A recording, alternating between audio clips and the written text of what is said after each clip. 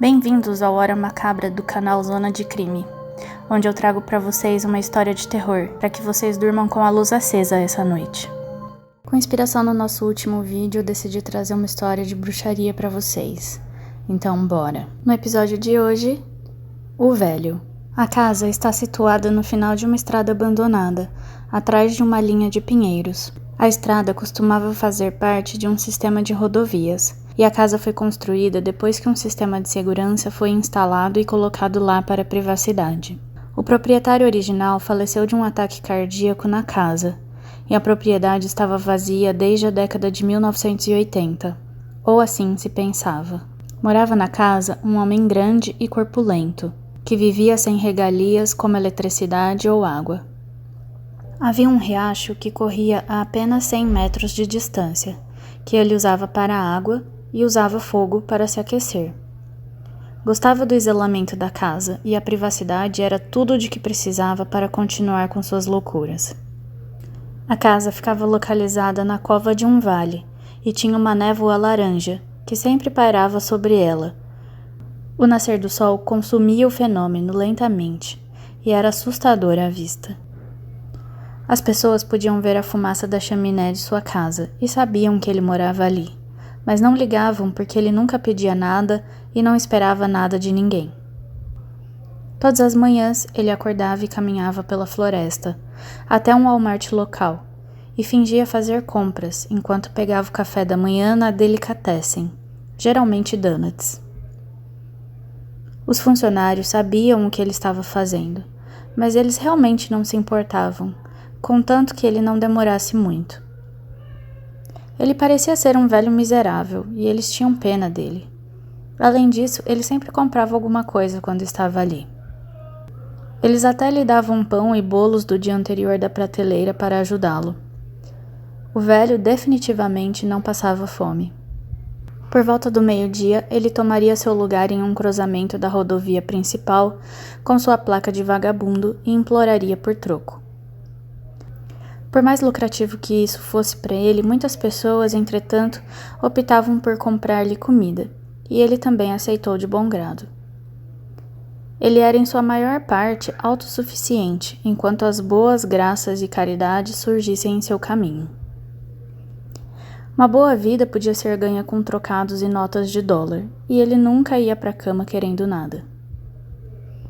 Você ficaria surpreso com a quantidade de dinheiro que uma pessoa poderia ganhar como indigente, pois isso lhe concedia o suficiente para viver com todas as necessidades básicas, como água mineral e produtos de higiene pessoal. Ele costumava pegar o ônibus local e ir até a outra cidade para pedir esmolas a um novo grupo de pessoas, apenas para manter as coisas frescas. Bastava ter um dia bom e ele não teria que implorar novamente por algumas semanas. Ele tinha se acostumado a fazer um pouco de dinheiro durar bastante tempo. A casa em que ele morava era a antiga casa do zelador de uma loja de metal. A casa também havia sido abandonada desde os anos 80 e era cenário perfeito para seu trabalho. Do lado de dentro havia um colchão simples no meio do chão, um sofá e uma poltrona, deixados pelo proprietário anterior. O velho havia decorado as paredes com máscaras de Halloween que adquirira e usava durante sua caça e trabalho. As máscaras eram uma parte vital do jogo e permitiam que ele fingisse ser algo que não era. Isso fazia a sensação mais real. Esse foi apenas um dos lugares escolhidos para realizar suas ações. A melhor coisa sobre uma cidade moribunda são as indústrias decadentes que forneciam a quantidade perfeita de reclusão para ele trabalhar. Na cidade havia uma loja de ração abandonada e um antigo armazém. Ambos eram espaçosos e isolados e ele podia se mover livremente sem ser visto. Ele podia levar seus convidados às lojas sem que ninguém soubesse e se sentia seguro em deixá-los ali, sozinhos, quando precisasse sair. Seu trabalho era simples, só dependia da fraqueza dos outros para ele escolher uma vítima. Ele trabalhava melhor à noite, e o estacionamento do Walmart era o terreno perfeito para ele caçar. Mulheres solteiras estavam em grande quantidade ali, e especialmente as mais jovens eram presas fáceis. Elas estavam alheias aos seus arredores. Elas estavam muito ocupadas olhando para seus smartphones e os possíveis perigos à espreita. Frequentemente, elas ignoravam tudo ao seu redor e ficavam muito envolvidas em sua música ou mensagens. O velho ficava na outra extremidade do estacionamento, onde os caminhões noturnos estacionavam, e usava suas sombras em segredo até encontrar a mulher certa. Essa noite era uma jovem loira empurrando um carrinho cheio de mantimentos, que ele a viu descarregar no banco de trás do seu carro. Ele ficou quieto nas sombras e se escondeu atrás de sua máscara de pirata, enquanto ela levava o carrinho de volta para a prateleira antes de voltar para o carro. O velho atacava quando a mulher colocava as chaves na porta do carro e se aproximava dela tão de repente que ela não teve chance de reagir. Ele a dominou com a sua força bruta e a forçou a entrar no carro antes de sentar-se ao lado do motorista e decolar, saindo do estacionamento e correndo em direção à loja. A mulher estava muito paralisada de medo para fazer qualquer coisa, exceto chorar. Ele tinha aparecido tão rapidamente que a deixou em choque. O velho fez o trajeto rápido até a loja e arrastou a mulher pelos cabelos para dentro, onde a acorrentou a um gancho que estava preso a uma polia e depois ao teto. Ele puxou a corrente e a levantou do chão, e ela balançou e balançou na frente dele enquanto gritava por ajuda. O velho gostava disso, do horror. Ela podia gritar tão alto quanto desejasse e ninguém iria ouvi-la. Eles estavam no meio do nada e o vizinho mais próximo estava a quilômetros de distância. Além disso, eles estavam lá dentro e seus gritos só ecoavam nas paredes, e o velho também gostava disso. Ele gostava da arte do terror que realizava. Cada vítima era uma tela em branco. Em algumas, ele usou fogo, em outras, ele usou facas. Nesta, ele iria usar a banheira de água que ele tinha enchido e afogá-la em intervalos para aumentar suas sensações. Ele a deixou pendurada durante a noite e foi para sua casa para ter uma boa noite de sono. E deixou a mulher sozinha para imaginar os horrores que ele tinha reservado para ela. Amanhã ele começaria seu jogo. O velho acordou e começou o dia como no dia anterior. Ele caminhou pela floresta e se fartou do café da manhã antes de voltar para casa. Dessa vez, porém, ele voltou com uma garrafa de vinho tinto. Era sua tradição bebericar um copo enquanto brincava com seu convidado. Ele também parou no Dollar Tree e pegou um pacote de bateria C, que colocaria em seu rádio para que pudesse fazer uma serenata. Sentindo-se totalmente preparado, ele colocou sua máscara de plástico alienígena e caminhou até a mulher assustada. E a soltou das correntes e a pegou pelos pulsos e a conduziu até o tanque de água no canto. Ela tentou seu melhor para resistir, mas ela não foi páreo para sua imensa força e ele a moveu com facilidade. Uma vez na banheira, ele chutou a parte de trás das pernas dela. Forçou-a a se ajoelhar e segurou pela nuca. Ele pegou um saco de estopa e colocou sobre a cabeça dela e ela lutou e gritou o mais alto que pôde, e isso o excitou. Ele puxou o saco com força em volta do pescoço dela, agarrou-a pelas costas e enfiou a cabeça da mulher sobre a água fria. O choque a deixou exausta e fez com que ela tivesse um ataque e convulsões, mas ele a segurou quieta. Ele contou lentamente até 60. Em seguida, puxou-a para cima. Seu primeiro instinto foi agarrar profundamente em busca de ar, e ele a deixou fazer isso 4 ou 5 vezes antes de repetir o processo. Cada vez ele a deixava mais tempo e seus suspiros se tornavam mais profundos. Depois de cerca de 5 vezes, sua resistência parou, e ela não tentou mais recuperar o fôlego. O velho estava segurando seu corpo sem vida em suas mãos, e ele sentiu uma sensação de realização. Depois que o jogo acabou, o velho a levou até um freezer vazio e a colocou dentro. Era ali que ele armazenava todas as suas vítimas até o anoitecer, quando poderia se livrar delas de maneira adequada. Ao lado da propriedade da velha casa e do moinho, havia um leito seco de um lago. A água foi usada para resfriar o equipamento da fábrica e secou quando a fábrica fechou. Agora era apenas um pequeno campo de mato, no verão, mas durante o outono e inverno era estéril e era o cenário perfeito para o velho enterrar sua presa. Esse terreno tinha sido o local do sepultamento para pelo menos uma dúzia de suas vítimas, e ele tinha uma rotina muito exata de onde enterraria cada uma para não perturbar os restos mortais de um cadáver previamente enterrado. Após o cair da noite, o velho retirou a loira do freezer e a colocou em seu lugar de descanso final. E ele sabia que o jogo havia acabado. Ele levaria algumas semanas antes de jogar novamente, e deixaria todo o processo esfriar antes de escolher sua próxima vítima. O velho continuou sua rotina como se nada tivesse acontecido. Ninguém saberia que ele era o responsável pelo desaparecimento de tantas jovens. Ele era um homem tão despretensioso e lamentável. Ele ficou quieto por várias semanas, até que o desejo o atingiu novamente e ele se preparou para uma caçada noturna. Para a jovem certa se juntar a ele. Tirando uma máscara transparente de sua coleção, ele caminhou pela floresta e ocupou seu lugar entre os caminhões no estacionamento. A primeira mulher a se aventurar em seu caminho foi outra loira jovem e bem torneada, mas ele estava farto de loiras e ansiava por variedade, então a deixou seguir seu caminho. Cerca de 30 minutos depois, porém, o caminho certo para ele. Uma morena de meia idade com longos cabelos cacheados que falava pelo Bluetooth, ignorando totalmente o ambiente. O velho esperou que ela abrisse o lado do motorista de seu carro, então ele a empurrou para o lado do passageiro. Para sua surpresa, porém, ela não gritou ou agiu de forma alguma. Na verdade, ele podia ouvir sua risada levemente. Ignorando tudo o que estava acontecendo, ele continuou com sua rotina e dirigiu o carro da mulher de volta para sua casa no meio do nada, e arrastou-a para fora do carro e para dentro da fábrica abandonada. Ela nunca resistiu quando ele amarrou seus pulsos e a ergueu, e permaneceu absurdamente calma durante o sequestro. O velho olhou para ela perplexo. Ele tirou sua máscara para que pudesse ter uma visão mais clara de sua mais nova vítima, para se certificar de que ele não estava apenas imaginando coisas. Ninguém nunca esteve tão calmo e isso lhe pareceu estranho. "Diga, o que há com você?" ele perguntou, e novamente ela sorriu. "Oh, se você soubesse." "Soubesse o quê?" "Você vai ver. Todas as coisas boas vêm para aqueles que esperam." Isso enfureceu o velho e ele tirou a faca do cinto e colocou-a na bochecha da mulher, esperando criar uma sensação de medo, mas ela continuou a sorrir e a rir. "O que há de tão engraçado, vadia? Você quer ser estripada aqui e agora? Seria melhor para você se fizesse. Eu sou uma mulher e tenho poderes encantadores que farão mal para você. Mate-me agora ou corro o risco."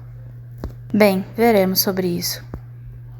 O velho era muito teimoso para permitir que ela ditasse como seu jogo iria se desenrolar. Ele se recusou a ceder ao seu pedido. Ele pegou a faca, colocou-a de volta na cintura e colocou a máscara na bancada de trabalho, perto da porta da frente. Ele podia ouvi-la ainda rindo quando ele saiu do prédio. Ecoou em vez dos gritos normais. E ele entrou em sua casa com raiva por não ter controlado a situação.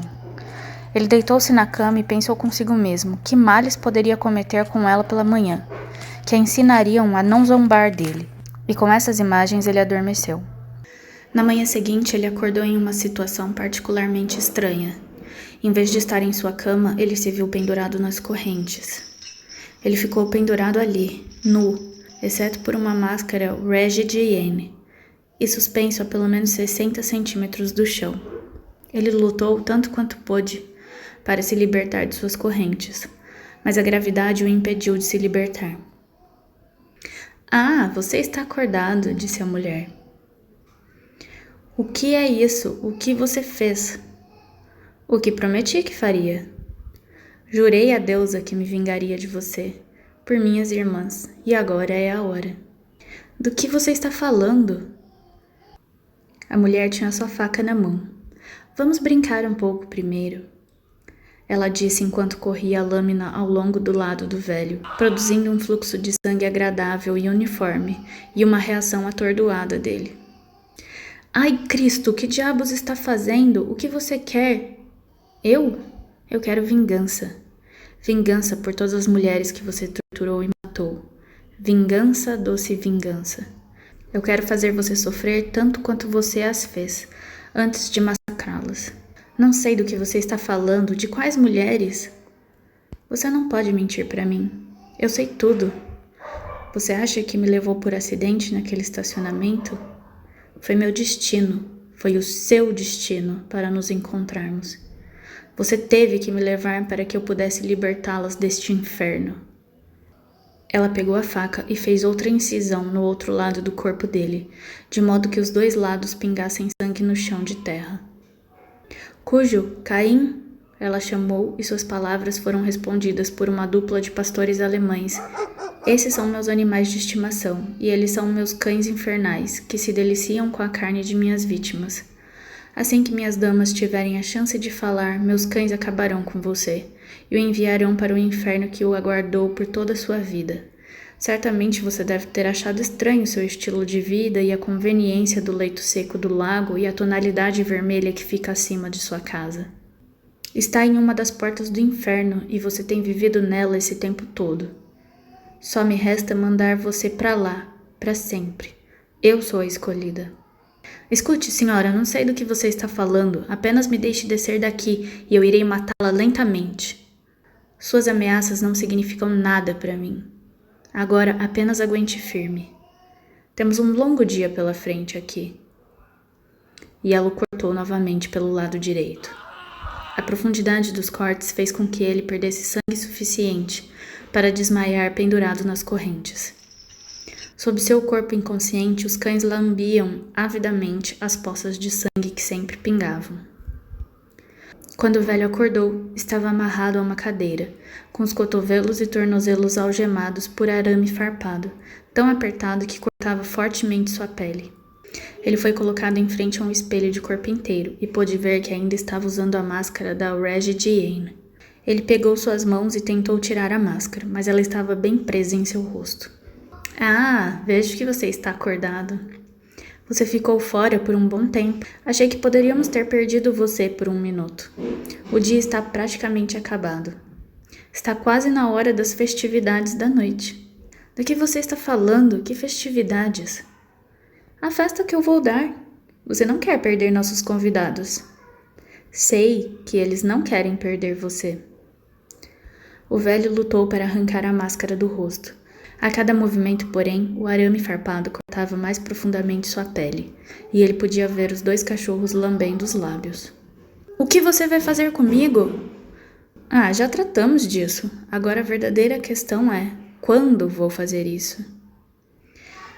Você é uma vadia louca. Agora me tire daqui. E ele lutou mais um pouco. Está quase na hora de começar. Apenas sente-se e relaxe, disse ela enquanto colocava uma gravata em volta do pescoço dele e a apertava a ponto dele desmaiar. Quando ele voltou a si, estava rodeado por um círculo de velas, e a mulher estava sentada no meio, entoando um feitiço de um velho livro que ela segurava. Ela estava vestida de preto e usava um véu sobre o rosto. A língua era uma que ele nunca tinha ouvido, e estava começando a ficar um pouco assustado com a situação. No meio havia sido desenhado um pentagrama. Ele fazia parte de alguma bruxaria ou ritual satânico. O feitiço que ela estava lançando continuou por uma hora direta e profundamente na noite. A lua lá fora havia rastejado para o topo do céu e estava tão cheia quanto poderia estar e brilhava em laranja, o cenário perfeito para o evento da noite. A mulher continuou com seu canto e um barulho foi ouvido vindo de trás do velho. Ele tentou virar a cabeça para ver o que estava acontecendo, mas a máscara o impedia de ver qualquer coisa. Ele pegou suas unhas e rasgou as bordas da máscara, tentando arrancá-la de sua cabeça, mas não funcionou. Gemidos baixos começaram a ecoar no moinho, gemidos baixos e assustadores. Um arrastar também podia ser ouvido, e o som só aumentava conforme a noite ficava mais longa. Algo parou fora do alcance da visão do velho. O mistério o estava deixando louco. Em seu colo, entretanto, estava sua faca. Deve ter sido colocado ali por uma razão. Não poderia cortar o arame farpado. O velho pegou a faca e passou sua lâmina afiada ao longo das bordas da máscara e a retirou lentamente. Junto com a máscara veio a carne do rosto do velho, mas ele finalmente pôde ver o horror atrás dele. Alinhados em uma linha reta estavam os rostos familiares das mulheres que ele havia assassinado e enterrado no lago. A mulher havia encantado um feitiço para ressuscitá-las dos mortos, e elas agora estavam de volta para se vingar. Elas caminharam lentamente em direção ao velho e o cercaram. Todas elas se abaixaram e mostraram seus dentes afiados, e morderam a carne exposta, fazendo o homem gritar de dor imensa. O ritual durou horas, enquanto elas lentamente se alimentavam dele, até que toda a carne se foi e tudo o que restou foram os ossos do velho. Quando tudo isso acabou, a mulher se levantou de seu assento, apagou as velas, voltou para o carro e foi embora, deixando o moinho e a velha casa para trás, e pensando nos contos de terror que revoariam por muitos anos. Eu agradeço demais por você que assistiu até aqui. Curtam, comentem e fiquem comigo para acompanhar muito mais histórias. Se cuidem e até a próxima!